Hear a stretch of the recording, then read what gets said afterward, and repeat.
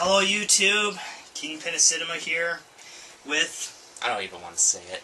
QB999, and we're not happy because we're stupid. I'll admit it. We're stupid. We saw a movie that we knew was gonna suck. We knew it. I mean, we've been watching all of these, and all of them have sucked. And for some reason, we keep thinking at some point it's got to get better. It can get better. It can never get better. I am convinced, even more so now than I was when it started, that it's never going to get better. We are talking about the Resident Evil series with the newest movie, Extinction. I don't even remember. Third one is Extinction. This one's Afterlife. Afterlife. Who cares anymore? They could call it bullshit, and people would go see it. So, Resident Evil Afterlife.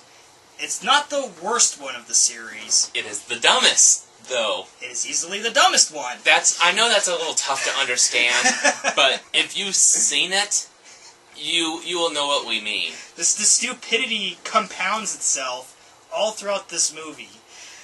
So in the beginning... Basically what we mean by stupidity is the number of times you ask why during a particular movie. Why did they do this? Why didn't they do that? Why is he there?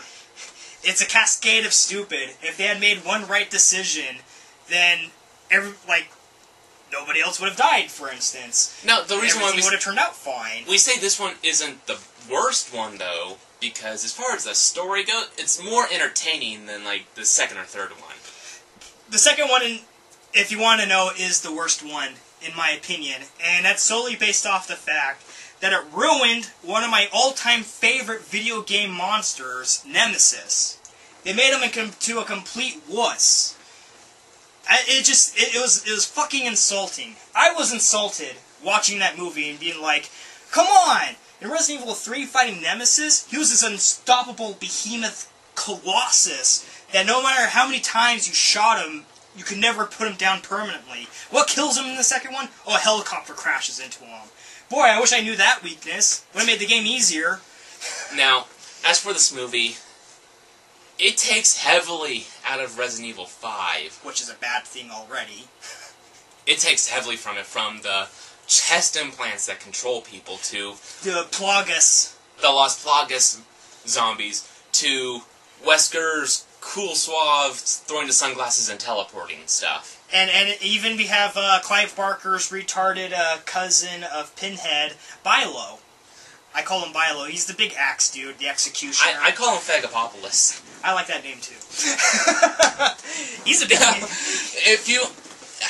Anyone who's seen Yu-Gi-Oh! The Abridged series on YouTube knows, has seen a part where Tristan is supposed to be sneaking up on a guy wearing a suit of armor, and they're making fun of a guy going, "Jur, jur, jur." What's that? Clink, clink. Is that the wind? Yeah, that's definitely the wind. And then he gets knocked out. Same thing, kind of same thing happened to this one. You have this big guy with a huge hammer that likes to drag it along the ground, and he manages to sneak up on these people. How does that happen? Yeah, this 8-foot-tall, easily 600-pound... lumbering behemoth. Lumbering motherfucker manages to sneak up and kills the poor Asian gay guy. So, I want to go through scene by scene by scene. In the beginning of the movie, we're in Japan, where Wesker, evil Wesker, businessman Wesker, is doing something. It's never explained. This continues off the third one, where Alice has all of her clones. They attack. They all attack in that, Zergling Rush. They Zergling rush the place. They're taking it down. They get in. They find Wesker. He runs off in a ship. He sets the self-destruct, and when typical villain, Snidely Whiplash, twirling of the mustache moment, and so all the clones are dead. There goes that plot hole. There goes that whole plot line. No more clones. And then, the real Alice, she hides above the ship, and then he stabs her with a needle. Which injects her with the serum that suppresses the T-virus, which was giving all of her powers. Though in the rest of the film, you never get a clue that she's depowered. She's still just as fast and seems just as strong. And heals just as fast as she was before. So I guess she's depowered, but not really. Not. Oh, and apparently a 30 bullet clip gun can shoot like 5,000 rounds. So she's like now looking for She's looking for the people she left in the third movie. the third one. She finds out that the place that they were sent to doesn't exist. She finds a whole plane field. She finds Claire, who's being controlled by the thing in their chest, takes it off. She can't remember anything, though, so they kind of travel together for a while. They go to L.A., which is in a desert. Apparently Las Vegas is a desert in the third one, but not L.A. You know, it's not that far. And then she finds survivors on a building where all the zombies are kind of surrounding it. She lands on the building, meets these people, gets to know them. We get to know them for like 2 seconds, and then most of them die. And then Pretty rapid concession. This is where you get to meet Chris. Claire's brother. He's locked away in a cell, and they're not letting him out because that's where they found him. Because they think he's a convict. And by the way, he's played by an actor from Jailbreak. Oh, that's subtle. So, he apparently knows how to get out of the prison, and he also knows where a stash of weapons are, but he doesn't tell them. If you wanted to gain their trust, all he had to do was like, hey, there's some guns in this room over here. You know, just letting you know, so you can let me out. But so gain your they trust. still refuse to trust him, and they just keep him locked up because they're not sure about him. When he explains how all the convicts got out, and he got knocked out and was put inside that cell for, like, ironic purposes, I guess. Plot convenience. So, all this while, somehow zombies are burrowing underground. I guess they researched it. I don't know where all the dirt goes, but they burrow into the prison. And then Biolo's outside knocking on the gate. And you know what's funny is that Claire has these double-barreled shotguns that shoot quarters. She shoots quarters from them. Even though a quarter is bigger than the barrel of the gun, I don't know how she made these rounds. The gate, it has like openings in it. She could have taken that gun and shot Bilo in the head, and that would have ended the threat entirely. But she doesn't. No, it says she's going, finding the weapons with Chris. Of course, one of their friends got killed all along the way. Yeah, this is funny. Okay, so apparently they have to swim to get to the weapons. And one of them gets killed, so they're in a room full of weapons, and they're like, there must be 100 zombies outside that door. We have to find another way out. Oh, there's this ventilation shaft. Why not use that first?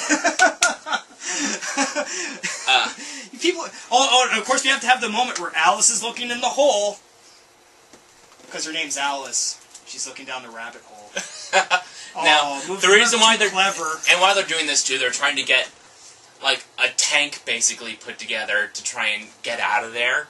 But then they find out, oh, the engine's not put in it. So then, finally, they decide, okay, we gotta go down the hole now. If they just went down the hole in the first place, 5 people wouldn't have died. And that's, of course, when Phagopopolis shows up. Yeah, and he kills the poor Asian guy, and... By the way, this whole movie's in 3D. Kind of. There's only really, like, 2 scenes. There's a couple scenes that actually have real 3D, I would say, in it. Which is more than some movies. And the fight with Bilo is that one moment where there is 3D. And... it's okay. It's the most entertaining part of the movie. Though I kind of like it when you get shots in the head of the quarters. And it just explodes. And then all the quarters fall out, like, you know, if they were playing, like, Ransom City or Scott Pilgrim. Now, after that, they find out, okay, we have to go to the ship because that's where all the survivors are supposed to be. They go. They find out, oh, it's apparently a secret Umbrella laboratory. Which is where they find Wesker. Find Wesker, who they then fight against. It's boring. Not his much whole thing happens. is that his whole thing with Alice is that I have to eat you. That's his whole villain plot. I have to eat you because he's infected with the virus too, but he's having trouble controlling it. So he believes by eating her, he gains her powers. Just like District 9, the guy thought if I eat this guy's arm, I'll gain those powers. So he clearly shows that he can dodge bullets, but he still gets shot in the head. At the last minute. And then he's on the ground. And then they're releasing all the prisoners that they found there. Oh. And then he escapes on a ship, and of course does the same thing, you know, Oh, self-destruct. Oh, but you know, I love that Umbrella follows OSHA standards when it comes to self-destruct devices by putting it in plain sight of everyone, clearly marked. It's like, do not remove self-destruct device. And of course, you know, when he does it, beep, beep, beep, beep, beep, beep, beep, beep, and then you see it. Oh. Now, what's funny is that they're watching the plane explode through like a hole or something in the ship. And I swear, I actually think I see a parachute coming down. So basically the self-destruct device is like Flea from Code Geass. It's an implosion bomb. Yeah, it just implodes on everything. And then after that, they release everyone, everyone's out on the deck, and then they go like, oh, we got trouble, and you see a ton of Umbrella helicopters coming in. Then ends, credits begin to roll. And then you get another scene where you see a woman walking up and down one of the aisles, talking to the soldiers, saying like, oh, you know, these people are dangerous, you know. This is going to be the fight of your lives. Take no prisoners, kill everyone. You're supposed to assume it's Jill, because she looks like it. It's Jill. And then she's telling these soldiers, this is going to be the fight. She's fighting against 3 armed people and a boatload of civilians. Yeah. So that's Resident Evil, a pile of stupid wrapped in a conundrum. We don't know why we're continuing to go see them. Maybe we hate ourselves secretly. Yeah, maybe we need to rethink our lives. I don't know. We saw it, we weren't entertained, and you have no business seeing it. Definitely a skip. There probably will be another one. Yeah, they left it open for another one. I mean, these movies are made so cheaply that it's not hard to make money. Oh, and by the way, no naked Mia Jovovich. I feel gypped. You always have to have the partially nude Mia Jovovich. She's never partially nude. She goes full titty. I wanted to see him. I guess that was a good reason to go see it, but nope, I got gypped. Oh well. So skip this one. We feel worse for having seen it. Yeah. So if you don't like it, you're stupid. Yeah, go to hell.